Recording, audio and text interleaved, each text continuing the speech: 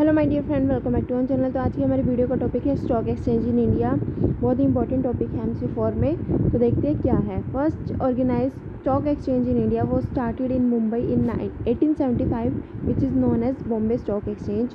It was followed by Ahmedabad Stock Exchange in 1894 and Kolkata stock exchange in 1908. तो सबसे पहले stock exchange India में कब आया था? 1875 में आया था। और कहाँ पे स्टार्ट किया गया था? मुंबई में स्टार्ट किया गया था, जिसको हम बॉम्बे स्टॉक एक्सचेंज के नाम से भी जानते हैं। उसके बाद हमारा अहमदाबाद स्टॉक एक्सचेंज आया जो 1894 में आया था, और उसके बाद आया हमारा कोलकाता स्टॉक एक्सचेंज जो कि 1908 में आया था. The number of stock exchange in India went up to 7 by 1939 and it increases to 21 by 1945 on account of heavy speculative activities during the Second World War. जब 1875 की बात की गई थी, जब मुंबई में फर्स्ट स्टॉक एक्सचेंज आया था जो कि बॉम्बे स्टॉक एक्सचेंज के नाम से जाना गया, 1939 तक आते आते हमारे इंडिया के जो स्टॉक एक्सचेंज थे वो 7 स्टॉक एक्सचेंज हो गए, और वो धीरे धीरे बढ़ते 1945 के अंदर 21 स्टॉक एक्सचेंज जो है हमारे इंडिया के अंदर हो चुके थे.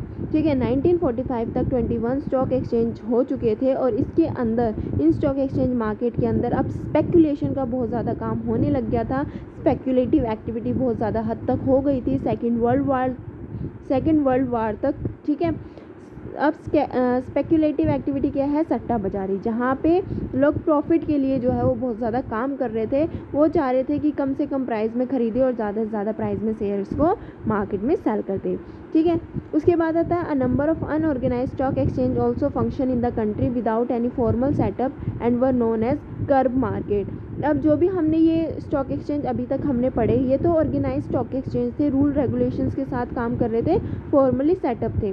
लेकिन कुछ ऐसे बहुत सारे स्टॉक एक्सचेंज थे जो कि अनऑर्गेनाइज थे, जो फंक्शंस कर रहे थे हमारी कंट्री के अंदर, काम कर रहे थे, लेकिन इनका कोई फॉर्मल सेटअप नहीं था. इनको हम क्या नाम से बोलते हैं? इनको हम जानते हैं कर्ब मार्केट के नाम से.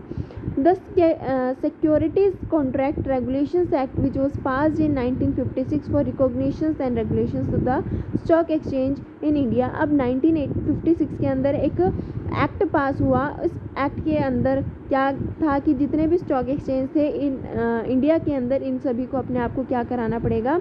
रजिस्टर कराना पड़ेगा, और इस एक्ट के अंदर ही वो क्या कर सकेंगे? काम कर सकेंगे. Most of the stock exchange that developed rapidly were de-recognized and the number of stock exchange was reduced to 7 only. By 1980s there were 9 stock exchange in the countries. As at present, however, we have 24 recognized stock exchange in India. Of these, 22 are regional stock exchange and 2 are national level stock exchange, that is NSE and over the counter exchange of India. Both are located in Mumbai. क्या कहा गया? इसमें कहा गया कि एक act पास हुआ था 1956 में कि जितने भी स्टॉक एक्सचेंज है इंडिया के अंदर जो रेगुलेट हो रहे हैं, ठीक है, वो रिकॉग्नाइज होने चाहिए, उनका एक प्रॉपर सेटअप होना चाहिए, फॉर्मली ऑर्गेनाइजेशन वो काम करे. तो अब क्या हुआ कि जो सिर्फ फॉर्मली या रिकॉग्नाइज स्टॉक एक्सचेंज थे वो कितने थे? 7 हो चुके थे, बाकी सभी को हटा दिया गया. ठीक है, बाकी 1980s तक ये स्टॉक एक्सचेंज 9 स्टॉक एक्सचेंज में बदल गए, which is recognise stock exchange. Informal setups को हटा दिया गया. धीरे करते 24 जो है स्टॉक एक्सचेंज इंडिया में आए. उसमें से 22 स्टॉक एक्सचेंज तो जो थे वो रीजनल स्टॉक एक्सचेंज थे, और बाकी जो 2 थे वो नेशनल स्टॉक एक्सचेंज थे. अब जो 2 नेशनल स्टॉक एक्सचेंज थे वो दोनों ही बॉम्बे में थे, और जिसमें से एक नेशनल स्टॉक एक्सचेंज है और दूसरा over the counter exchange of India है. आई होप आप सभी को क्लियर हो गया होगा. ये जो पेज है, ठीक है, ये जो स्लाइड है वो मैं आपको फिर से बता देती हूँ कि इंडिया के अंदर सबसे first stock exchange Bombay stock exchange आया था, जो कि मुंबई में स्टार्ट हुआ था 1875 में. उसके बाद अहमदाबाद स्टॉक एक्सचेंज और कोलकाता स्टॉक एक्सचेंज भी आया. धीरे धीरे करते 1939 तक 7 स्टॉक एक्सचेंज जो है वो इंडिया में हो गए थे. इसी तरीके से धीरे धीरे इंक्रीज़ होते गए, और 21 स्टॉक एक्सचेंज 1945 तक हो चुके थे.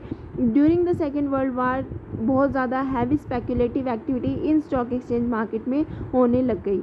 अब क्या हुआ, जैसे जैसे स्टॉक एक्सचेंज बढ़ा, अनऑर्गेनाइज स्टॉक एक्सचेंज भी एग्जिस्ट करने लग गए, जिनका कोई फॉर्मली सेटअप नहीं था। इनको हम कब मार्केट के नाम से जानते थे, लेकिन 1956 में एक एक्ट आया। इस एक्ट के तहत कि जितने भी फॉर्मल सेटअप है वो ही काम करेंगे, जितने भी रिकॉग्नाइज ऑर्गेनाइजेशन है, ठीक है, वो ही स्टॉक एक्सचेंज मार्केट में रेगुलेट करेगी। अब इस एक्ट के तहत क्या हुआ, जो unorganise unregulated stock exchange market थी, अनरिकॉग्नाइज स्टॉक एक्सचेंज मार्केट थी, उनको हटा दिया गया और सिर्फ 7 जो है रिकॉग्नाइज स्टॉक एक्सचेंज मार्केट जो है वो रह गई थी। 1950 तक ये जो एक्सचेंज मार्केट है वो हमारी स्टॉक एक्सचेंज मार्केट 9 थी। अब धीरे धीरे करते करते अगर आज के समय में हम बात करें कि आज के समय में हमारे पास कितने स्टॉक एक्सचेंज मार्केट हैं, तो आज के समय में 24 स्टॉक एक्सचेंज मार्केट है इंडिया में, जिसमें से 22 रीजनल स्टॉक एक्सचेंज मार्केट है और बाकी 2 main national stock exchange level पे काम करने वाली मार्केट्स हैं। एक है हमारी नेशनल स्टॉक एक्सचेंज और दूसरी है हमारी over the counter exchange of India, जो दोनों ही मुंबई में सेटअप हैं। अब आता है NSE was promoted by the leading financial institution in India. It was incorporated in 1992 and commenced operations in 1994. Stock exchange has corporate structures, fully automatic screen-based trading and national-wide coverage.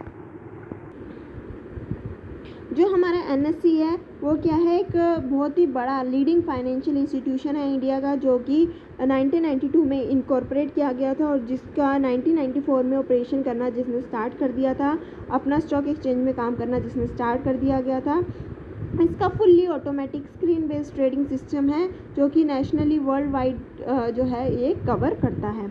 अब आता है second, जो हमारा बॉम्बे में जो national stock exchange market है वो है over the counter trade exchange in India, ठीक है, which was also promoted by the financial institute like UTI, ICICI, IDBI, IFCI, LIC etcetera in September 1992, ठीक है, especially to cater the small and medium sized company with equity capital of more than ₹30 lakh and less than 20 crore. जब ये इसको क्यों बनाया गया था, इसको बनाया गया था फाइनेंशियल इंस्टीट्यूशन के द्वारा, ताकि जो स्मॉल कंपनीज़ है, जो स्मॉल साइज़ कंपनी है, मीडियम साइज़ कंपनी है, उनको जो फाइनेंस की रिक्वायरमेंट है, ताकि वो क्या कर सके, अपनी कंपनी के शेयर्स को इक्विटी कैपिटल के थ्रू जो है मार्केट से फंड को रेज कर सके, ज़्यादा से ज़्यादा 30 लाख से ज़्यादा और 25 करोड़ से कम तक की जहाँ पे इन्वेस्टमेंट की जाती है।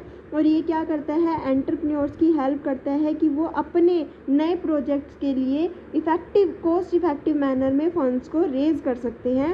It provide national wide offices in all major cities of the country on this stock exchange. Securities of those company can be traded which are exclusively listed on at OTCEI only, यानी कि over the counter exchange of India, यानी कि इस stock exchange के अंदर सिर्फ उन्हीं companies की सिक्योरिटीज़ को ट्रेड किया जाएगा जो कि लिस्टेड है over the counter trade in exchange, ठीक है। OTCI में जो क्या है, अपने आप को जिन्होंने लिस्ट करवाया हुआ है, सिर्फ उन्हीं की सिक्योरिटीज़ को यहाँ पे ट्रेड किया जाएगा। इसके बाद आता है, in addition to this certain shares and debentures listed with other stock exchange in India and other mutual funds are also allowed to be traded at OTCEI as permitted securities, यानी कि सिर्फ ये दो ही नहीं है बल्कि और भी बहुत सारी स्टॉक एक्सचेंज है इंडिया के अंदर जहाँ पे शेयर्स और डिबेंचर को क्या किया जाता है, ट्रेड किया जाता है, जो कि अदर स्टॉक एक्सचेंज के अंदर लिस्टेड है, ठीक है। तो उनको भी जो है हम यहाँ पे ट्रेड कर सकते हैं OTCEI में, ठीक है, इसको यहाँ पे ट्रेड करने के लिए परमिशन मिल चुकी है। तो however of late turnover at this stock exchange has considerably reduced and step have been afford to revitalise means to give it a new life, ठीक है। It may be noted that the two stock exchange which actually enjoy national wide coverage and handle most businesses in security in India in the country are BSE and NSE। तो यहाँ पे अगर हम देखें तो दो मेन स्टॉक एक्सचेंज है India के जो कि बॉम्बे में ट्रेड कर रहे हैं। एक तो है जो नेशनली वर्ल्ड वाइड ट्रेड कर रहे हैं, एक तो है हमारा नेशनल स्टॉक एक्सचेंज और एक है बॉम्बे स्टॉक एक्सचेंज। दोनों ही कहाँ पे हैं, दोनों ही बॉम्बे में हैं। In fact, ever since online trading have been introduced and regular information on all the relevant department and movement of the prices is available on TV channels as well. The distance has become irrelevant and so most of the client prefer dealing at NSE and BSE. As a result, most regional stock exchange have little businesses to handle. अब क्या हुआ कि जो बहुत सारे businesses थे वो national stock exchange और बॉम्बे स्टॉक एक्सचेंज में किए जाने लगे, इसलिए हमारे जो रीजनल स्टॉक एक्सचेंज थे 22 वहाँ पे ज़्यादा बिजनेस नहीं रहा हैंडल करने के लिए, क्योंकि ज़्यादातर बिजनेस जो है वो नेशनल और बॉम्बे स्टॉक एक्सचेंज में किया जाने लग गया। और जितने भी प्राइसेस में चेंजेस आते हैं, फ्लक्चुएशंस आते हैं, वो day to day minute to minute की जो प्राइस की चेंजेस है वो हमें टीवी चैनल्स पे इजीली अवेलेबल हो जाती है। अब इन दोनों ही NSE और BSE में कुछ ज़्यादा डिफरेंस नहीं है। ठीक है, तो क्या क्या हमने पढ़ा, आई होप आप सभी को जो है वो समझ में आ गया होगा क्या है हमारा स्टॉक एक्सचेंज इन इंडिया। ठीक है, वीडियो अच्छी लगी तो लाइक शेयर सब्सक्राइब करना मत भूलना और साथ ही ध्यान रखना कि ये टॉपिक आप अच्छे से क्लियरली समझ सको। मैं आपको एक बार फिर से दिखा देती हूँ ताकि आप एक बार खुद भी इसको रीड आउट कर सको। ठीक है, ताकि आपको कोई दिक्कत ना हो किसी भी पॉइंट में, क्योंकि ये topic exam point of view से बहुत ज़्यादा इंपॉर्टेंट है। यहाँ पे आपको कोई भी रट्टा मारने की ज़रूरत नहीं है, ईजिली अगर आप पढ़ोगे तो ये आपको ईजिली जो है वो समझ में आ जाएगा। ठीक है,